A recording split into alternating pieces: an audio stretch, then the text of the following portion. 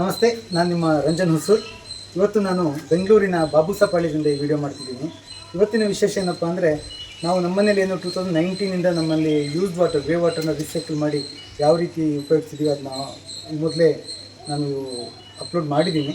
So ಆ video ನೋಡ್ಬಿಟ್ಟು ನನಗೆ ಸುಮಾರು ಜನ ಹೊರ ರಾಜ್ಯಗಳಿಂದೆಲ್ಲ ತುಂಬ ಜನ ಅಪ್ರೋಚ್ ಮಾಡಿದರು. ಎಲ್ಲೆಲ್ಲಿ ತುಂಬ ನೀರಿಗೆ ಅಭಾವ ಇದೆ ಅಲ್ಲಿ, ಬಟ್ ನಾವು ಅಷ್ಟು ದೂರ ಹೋಗಿ ಕೆಲಸ ಮಾಡೋಕ್ಕೆ ಸಾಧ್ಯ ಆಗಲ್ಲ. ಇಲ್ಲಿ ಬೆಂಗಳೂರಿಂದ ನನಗೆ ಬಂದಿರೋ ಕೆಲವು ಕಾಲಲ್ಲಿ ಸೊ ಇದು 3ನೇ ಪ್ರಾಜೆಕ್ಟ್ ನಾನು ಮಾಡ್ತಾ ಇರೋದು. ಸೊ ಇಲ್ಲಿ ಏನಿದೆ, ಕಿಚನ್ ಮತ್ತು ವಾಷಿಂಗ್ ಮಿಷಿನ್ ನೀರನ್ನ ಈ ನಮ್ಮ ಸಿಸ್ಟಮಲ್ಲಿ ರೀಸೈಕಲ್ ಮಾಡಿಕೊಂಡು ಇಲ್ಲಿ ಗಾರ್ಡನಿಂಗ್ ಮಾಡ್ತಾಯಿದ್ದಾರೆ. ಇದನ್ನ ಯಾವ ರೀತಿ ಮಾಡ್ತಾಯಿದ್ದಾರೆ, ಇವ್ರಿಗೆ ಎಷ್ಟು ಹೆಲ್ಪ್ ಆಗ್ತಿದೆ, ಇದ್ರ ಬಗ್ಗೆ ಒಂದು ಡೀಟೇಲಾಗಿ ಮಾತಾಡೋದು. ಸೊ ಇಲ್ಲಿ ಇದು ಯಾವ ಥರ ಅಂದರೆ, ನಮ್ಮ ಮನೆಯಲ್ಲಿ ನಾವು ಕಂಪ್ಲೀಟ್ ಸಿಮೆಂಟ್ ಸ್ಟ್ರಕ್ಚರ್ ಮಾಡಿದ್ವಿ, ಆಲ್ರೆಡಿ ಅಪ್ಲೋಡ್ ಮಾಡಿದ್ದೀವಿ ಅದನ್ನ. ಸೊ ಇಲ್ಲೇನಂದರೆ ಸ್ಟ್ರಕ್ಚರ್ ಮತ್ತು ಚೇಂಜ್, ಇದು FRP ಫೈಬರ್ ಟ್ಯಾಂಕಲ್ಲಿ ಮಾಡಿದ್ದು. ಯಾಕಂದರೆ ಟ್ರಾನ್ಸ್ಪೋರ್ಟೇಷನ್ ಆಗಲಿ, ಇಲ್ಲಿ ಎಲ್ಲ ಮೂಮೆಂಟ್ ಈಸಿ ಆಗಲಿ ಅಂತ, ಮತ್ತು ವೆಯ್ಟ್ ಕೂಡ ತುಂಬ ಕಡಿಮೆ ಇರುತ್ತೆ, ನಮಗೆ ಎಸ್ಪೆಷಲಿ ಟೈಮ್ ಸೇವ್ ಆಗುತ್ತೆ. ಸೊ ಇಲ್ಲಿ ಇವ್ರದ್ದು ವೇಸ್ಟ್ ವಾಟರ್ ಏನಿದೆ, ಕಿಚನ್ ಮತ್ತು ವಾಷಿಂಗ್ ಮಿಷಿನ್ದು ಈ ಇನ್ಪುಟ್ ಬರುತ್ತೆ. ಸೊ ಇದು complete trap tank first stage. ಇಲ್ಲಿ ಆಯಿಲ್ ಇರ್ಬೋದು, ಸಾಲಿಡ್ಸು ಎಲ್ಲ ಸಪ್ರೇಟ್ ಆಗುತ್ತೆ. ಸೊ ಟೋಟಲ್ 4 ಸ್ಟೇಜಸ್ ಇದೆ ಒಳಗಡೆ. ಸೊ ಅದನ್ನು ಡ್ರೈನಿಂಗ್ ಅಥವಾ ಮೇಂಟೆನೆನ್ಸ್ ಕ್ಲೀನ್ ಮಾಡಬೇಕಂದ್ರೆ ಈ ವಾಲ್ ಓಪನ್ ಮಾಡಿಕೊಂಡ್ರೆ ಇದು ಫಸ್ಟ್, ಸೆಕೆಂಡ್, ಥರ್ಡ್, ಫೋರ್ತ್ ಇದನ್ನ ನಾವು ಕಂಪ್ಲೀಟ್ ಡ್ರೈನ್ ಮಾಡ್ಕೋಬೋದು. ಇದು ಸೀವೇಜ್ ಲೈನ್ ಅಥವಾ ವೇಸ್ಟ್ ವಾಟರ್ ಕನೆಕ್ಟ್ ಆಗಿರುತ್ತೆ. ಸೊ ಇದು ಫಸ್ಟ್ ಟ್ಯಾಂಕ್ ಆದಮೇಲೆ ಇದು ಸೆಕೆಂಡ್, ಇದು ಫಿಲ್ಟರ್ ಬೆಡ್.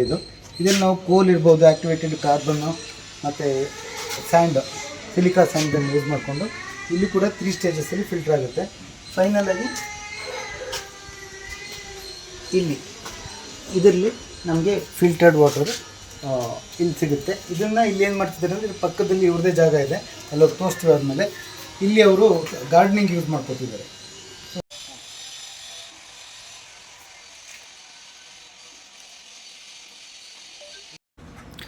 ಓಕೆ, ಅಲ್ಲೇನು ಮೇಲ್ಗಡೆ ತೋರಿಸಿದ್ವಿ, ಅಲ್ಲಿ ಫಿಲ್ಟರ್ನ ಸ್ವಲ್ಪ ಹೈಟಲ್ಲಿ ಪ್ಲೇಸ್ ಮಾಡಿದ್ದೀವಿ. ಇದು ಅವ್ರದ್ದೇ ಆದ ಪಕ್ಕದ ಸೈಟು. ಸೊ ಅಲ್ಲಿಂದ ಗ್ರಾವಿಟಿಯಿಂದ ನೀರು ಡೈರೆಕ್ಟ್ ಇಲ್ಲಿ ಬಂದು ಕಲೆಕ್ಟ್ ಆಗುತ್ತೆ. ಸೊ ಈ ಟ್ಯಾಂಕಲ್ಲಿ ಸ್ಟೋರ್ ಆಗಿರುತ್ತೆ. ಇಲ್ಲಿ ಯಾವುದೇ ಮೋಟರ್ ನಾವು ಯೂಸ್ ಮಾಡಿಲ್ಲ. ಸೊ ಈ ಟ್ಯಾಂಕಲ್ಲಿ ಸೇವ್ ಆಗಿರುತ್ತೆ. ಇಲ್ಲಿಂದ ನೋಡಿ, ಒಂದು 6 ಇಂಚ್ ಬಿಟ್ಟು ಇಲ್ಲಿಂದ ಔಟ್ಲೆಟ್ ಕನೆಕ್ಟ್ ಮಾಡ್ಕೊಂಡಿದ್ದಾರೆ.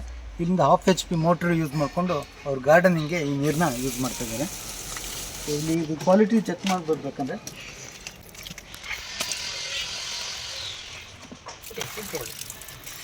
ಇಲ್ಲಿ ನೋಡಿ, ಇದು ಫಿಲ್ಟರ್ಡ್ ವಾಟರ್ ಏನು ಕಿಚನ್ನಲ್ಲಿ ಮತ್ತು ವಾಷಿಂಗ್ ಮಿಷಿನಲ್ಲಿ ಯೂಸ್ ಮಾಡಿ ಎಲ್ಲ ಮನೇಲಿ ಸಾಮಾನ್ಯವಾಗಿ ಜನ ಏನು ಮಾಡ್ತಾರೆ, ಇದನ್ನ ಡ್ರೈನೇಜಿಗೆ ಬಿಟ್ಬಿಡ್ತಾರೆ.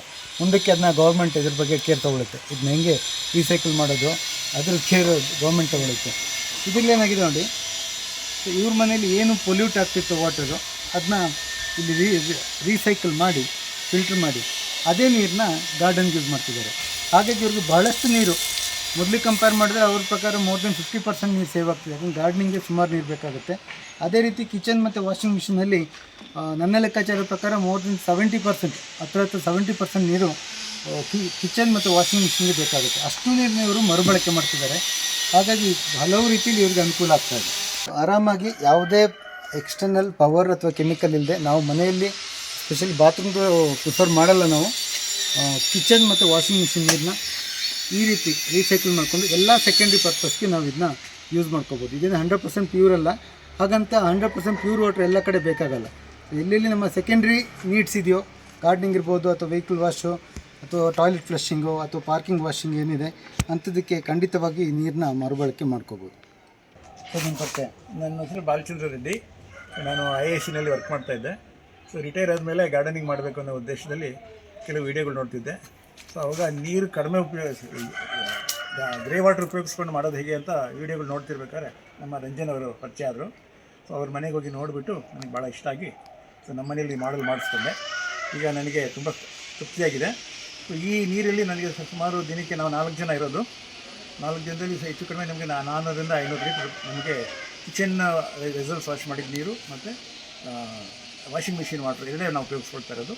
ಇನ್ನು ಬಾತ್ರೂಮ್ಗೆಲ್ಲ ಉಪಯೋಗಿಸ್ಕೊಳ್ತಾ ಇಲ್ಲ. ಸೊ ಅಲ್ಲಿ ನಮಗೆ ಸಫಿಷಿಯೆಂಟ್ ಆಗಿದೆ. ಈಗ ತಾನೇ ನಾವು ತೋರಿಸಿದ್ರೆ ನಿಮಗೆ ಅದು ಕ್ಲಿಯರ್ ವಾಟರ್ ಹೇಗೆ ಬರುತ್ತೆ ಅಂದ್ಬಿಟ್ಟು. ಅದರಲ್ಲಿ ಸ್ಮೆಲ್ಲು ಇಲ್ಲ, ಆಮೇಲೆ ಕಲರ್ ಕೂಡ ಇಲ್ಲ. ಸೊ ನನಗೆ ತುಂಬ ಚೆನ್ನಾಗಿ ದಿನ ಈ ಪಂಪ್ ಉಪಯೋಗಿಸ್ಕೊಂಡು, ಇದು 1/2 HP ಪಂಪು, ಇದು ಆನ್ ಮಾಡಿದ್ರೆ ನಮಗೆ ಒಳ್ಳೆ ಪ್ರೆಷರಲ್ಲಿ ನೀರು ಬರ್ತದೆ. ಹೆಚ್ಚು ಕಡಿಮೆ ಒಂದು 20 ಅಡಿವರೆಗೂ ನೀರು ಜೆಟ್ನಲ್ಲಿ ಹೋಗ್ತದೆ. ಸೊ ಹಾಗಾಗಿಬಿಟ್ಟು ನಮಗೆ ಗಿಡಗಳಿಗೆ ಸ್ನಾನ ಮಾಡಿಸೋ ಥರನೇ ನಾನು ಮರಗಳಿಗೂ ಕೂಡ ಸ್ನಾನ ಮಾಡಿಸ್ತಾ ಇದ್ದೀನಿ. ಹಾಗೆ ಅದರಲ್ಲಿರೋ ವೀಡ್ಸು, ಜೇನು ಗೂಡುಗಳು ಅದೆಲ್ಲ ಕಿತ್ತೋಗಿ ಈಗ ಎಲೆಗಳೆಲ್ಲ ಚೆನ್ನಾಗಿ ಬರ್ತಾ ಇದೆ. ಉದಾಹರಣೆಗೆ ಈ ಎಲೆಗಳೇ ನೋಡ್ಬೋದು, ಇದು ಅಡಿಕೆ ವಿಳಿಯದ ಎಲೆಗಳು, ಹೊಸ ಚಿಗುರುಗಳು ಎಷ್ಟು ಚೆನ್ನಾಗಿ ಬಂದಿದೆ ಅಂದ್ಬಿಟ್ಟು. ಹಾಗಾಗಿ ನಮಗೆ ಭಾಳ ಖುಷಿ ಇದೆ. ಸೊ ಯಾರು ಬೇಕಾದ್ರೂ ಇದನ್ನು ಅಳವಡಿಸ್ಕೊಂಡು ನಮ್ಮ ದೇಶದಲ್ಲಿ ಆಗ್ತಾ ಇರೋ ನೀರಿನ ಅಭಾವದ ಕೊರತೆಗಳನ್ನ ನೀಗಿಸ್ಕೋಬೋದು ಅಂತ ನಾನು ಹೇಳ್ತೀನಿ. Thank you sir. ಇನ್ನೇನು ಬೇಸಿಗೆ ಶುರುವಾಗ್ತಾ ಇದೆ. ಸೊ ಹೋದ ವರ್ಷ ಬೆಂಗಳೂರು ಜನ ನೀರಿನ ಅಭಾವದಿಂದ ಭಾಳಷ್ಟು ಕಷ್ಟಪಟ್ಟಿದ್ದು ಇದೆಲ್ಲರಿಗೂ ಗೊತ್ತಿರೋ ವಿಚಾರನೇ. ಸೊ ಇಂಥ ಸಂದರ್ಭ ಬಂದಾಗ ಸರ್ಕಾರ ಇರ್ಬೋದು, ಸಂಬಂಧಪಟ್ಟ ಇಲಾಖೆ ಇರ್ಬೋದು, ಹೊಸ ಕಾನೂನುಗಳನ್ನು ತಂದು ಜನಗಳಿಗೆ ಅದನ್ನ ಫಾಲೋ ಮಾಡಿಲ್ಲ ಅಂದರೆ ಜನಗಳಿಗೆ ಫೈನ್ ಆಗ್ತಾರೆ. ಅದ್ರ ಜೊತೆಗೆ ಅದು ಒಳ್ಳೆ ವಿಚಾರನೇ. ಅದ್ರ ಜೊತೆಗೆ ಯಾರು ಈ ಥರ ಅವರೇ ಓನಾಗಿ ಇನಿಷಿಯೇಟಿವ್ ತಗೊಂಡು ನೀರನ್ನು ಉಳಿಸುವಂಥ ಕೆಲಸ ಮಾಡ್ತಾರೋ, ಜೊತೆಗೆ ಜಲಮಾಲಿನ್ಯ, ನೀರಿನ ಮಲಿನವನ್ನು ತಡೆಯುವಂಥ ಕೆಲಸ ಮಾಡ್ತಾರೋ ಅವ್ರಿಗೂ ಕೂಡ ಅಂಥವ್ರನ್ನ ಐಡೆಂಟಿಫೈ ಮಾಡಿ ನಮ್ಮ ಸರ್ಕಾರ ಇರ್ಬೋದು ಅಥವಾ ಸಂಬಂಧಪಟ್ಟ ಇಲಾಖೆ ಇರ್ಬೋದು ಅಂಥವ್ರಿಗೆ ಪ್ರೋತ್ಸಾಹ ಮಾಡಿದರೆ, ಸೊ ಹಲವು ರೀತಿ ಯಾವುದಾದ್ರು ಒಂದು ವಿಧದಲ್ಲಿ ಪ್ರೋತ್ಸಾಹ ಮಾಡಿದರೆ ಇನ್ನಷ್ಟು ಜನ ಈ ಥರ ಒಂದು ಒಳ್ಳೆಯ ಕೆಲಸಗಳಿಗೆ ಮುಂದೆ ಬಂದು ನಮ್ಮ ಸರ್ಕಾರಕ್ಕೆ, ನಮ್ಮ ಪರಿಸರಕ್ಕೆ ಅವ್ರದ್ದೇ ಆದ ಕಾಂಟ್ರಿಬ್ಯೂಷನ್ ಕೊಡೋಕ್ಕೆ ಎನ್ಕರೇಜ್ ಮಾಡ್ದಂಗೆ ಆಗುತ್ತೆ. ಹಾಗೆ ಜನ ಕೂಡ ಅಷ್ಟೇ, ಪ್ರತಿಯೊಂದಕ್ಕೂ ಗೌರ್ಮೆಂಟು ಅಥವಾ ಇಲಾಖೆಗಳನ್ನ ಬ್ಲೇಮ್ ಮಾಡೋ ಬದಲು ತಾವು ಕೂಡ ಸ್ವಲ್ಪ ಯೋಚನೆ ಮಾಡಿ ಓನಾಗಿ ಸ್ವಲ್ಪ ಇನಿಷಿಯೇಟಿವ್ ತೊಗೊಂಡು ಈ ಥರ ಹೇಗೆ ಅವರು ಇಲ್ಲಿ ಯಾರದೇ ಫೋರ್ಸ್ ಇಲ್ಲದೆ ಇವರಿಗೆ ನೀರು ವಾಟರ್ ಸಫಿಷಿಯೆಂಟ್ ಸಪ್ಲೈ ಇದೆ, ಜೊತೆಗೆ ಬೋರ್ವೆಲ್ ಇದೆ, ಆದರೂ ಕೂಡ ನೀರನ್ನ ಉಳಿಸ್ಬೇಕು ಅನ್ನೋ ಒಂದು ಉದ್ದೇಶದಿಂದ ಇಷ್ಟು ಇನ್ವೆಸ್ಟ್ ಮಾಡಿ ಇದಕ್ಕೋಸ್ಕರ ಟೈಮ್ ಕೊಟ್ಟು ಇಷ್ಟೆಲ್ಲ ಮಾಡಿದ್ದಾರೆ. ಹಾಗೆಯೇ ಜನ ಕೂಡ ಎಲ್ಲದಕ್ಕೂ ಸರ್ಕಾರ ಅಥವಾ ಇಲಾಖೆನ ಬ್ಲೇಮ್ ಮಾಡೋ ಬದಲು ಹೇಗೆ ಗೌರ್ಮೆಂಟ್ ಸ್ಕೂಲ್ ಚೆನ್ನಾಗಿಲ್ಲ ಅಂತ ನಾವು ಪ್ರೈವೇಟಲ್ಲಿ ಎಜುಕೇಷನ್ ಕೊಡ್ತೀವಿ ಮಕ್ಕಳಿಗೆ, ಅದೇ ರೀತಿ ಗೌರ್ಮೆಂಟ್ ಹಾಸ್ಪಿಟ್ಲ್ ಚೆನ್ನಾಗಿಲ್ಲ ಅಂದ್ಬಿಟ್ಟು ಪ್ರೈವೇಟ್ ಹಾಸ್ಪಿಟ್ಲಲ್ಲಿ ಟ್ರೀಟ್ಮೆಂಟ್ ತೊಗೋತೀವೋ, ಅದೇ ರೀತಿ ಇದಕ್ಕೂ ಒಂದು ಹೆಜ್ಜೆ ಮುಂದೆ ಬಂದು ನಮ್ಮ ಭವಿಷ್ಯಕ್ಕೋಸ್ಕರ ಏನಾದ್ರು ಒಂದು ಸ್ವಲ್ಪ ಸಮಯ ಹಾಗೂ ಎಲ್ಲ ಇನ್ವೆಸ್ಟ್ ಮಾಡಿ ತಮ್ಮದೇ ಆದಂಥ ಒಂದು ಸಿಸ್ಟಮ್ನ ಮನೆಯಲ್ಲಿ ಪ್ರತಿಯೊಬ್ಬರು ಅಷ್ಟೇ ಎಲ್ಲೆಲ್ಲಿ ಸಾಧ್ಯನೋ ಅಲ್ಲಿ ಪ್ರತಿಯೊಬ್ಬರು ಈ ಥರ ಒಂದು ಪುಟ್ಟದಾದ ಒಂದು ಸಿಸ್ಟಮ್ ಹಾಕ್ಕೊಂಡಿದ್ದು ಒನ್ ಟೈಮ್ ಇನ್ವೆಸ್ಟ್ಮೆಂಟ್, ಮೇಂಟೆನೆನ್ಸ್ ಇರಲ್ಲ, ಏನಿರಲ್ಲ. ಸೊ ಇದನ್ನ ಪ್ರತಿಯೊಂದು ಮನೆಯಲ್ಲಿ ಹಾಕ್ಕೊಂಡು ಪರಿಸರಕ್ಕಾಗಿ ತಮ್ಮದೇ ಆದ ಒಂದು ಕಾಂಟ್ರಿಬ್ಯೂಷನ್ ಕೊಡಬೇಕಾಗಿ ಎಲ್ಲರಿಗೂ ನಾನು. ನೀರಿನ ಕೊರತೆಯನ್ನು ನೀಗಿಸಲು ನಾವು ಮನೆಯಲ್ಲಿ ಬಳಸಿದ ನೀರನ್ನು ಮರುಬಳಕೆ ಮಾಡಲೇಬೇಕು. ಇಂತಹ ನೀರನ್ನು ನಾವು ತೋಟಗಾರಿಕೆ ಅಥವಾ ಪಾರ್ಕಿಂಗ್ನಂತಹ ಜಾಗ ತೊಳೆಯಲು ಅಥವಾ ವಾಹನಗಳನ್ನು ತೊಳೆಯಲು, ಹಾಗೆಯೇ ಟಾಯ್ಲೆಟ್ ಫ್ಲಶ್ ಮಾಡಲು ಖಂಡಿತವಾಗಿಯೂ ಬಳಸಬಹುದು. ಇದು ಜಲಮಾಲಿನ್ಯವನ್ನು ತಡೆಗಟ್ಟುತ್ತದೆ. ಸೊ ನಿಮಗೂ ಏನಾದ್ರು ಈ ಸಿಸ್ಟಮ್ ಬಗ್ಗೆ ಏನಾದ್ರು ಡೌಟ್ ಇದೆ ಅಥವಾ ಕ್ಲಾರಿಫಿಕೇಷನ್ ಇದ್ದರೆ ದಯವಿಟ್ಟು ಕಮೆಂಟಲ್ಲಿ ಹಾಕಿ, ನಾನು ಆದಷ್ಟು ಬೇಗ ಅದಕ್ಕೆ ರಿಪ್ಲೈ ಮಾಡ್ತೀನಿ. ಸೊ ನನ್ನ ಕಾಂಟ್ಯಾಕ್ಟ್ ಮಾಡಿ, ನನ್ನಿಂದ ಆದಷ್ಟು ಸಹಾಯ ನಾನು ಮಾಡ್ತೀನಿ. Thank you.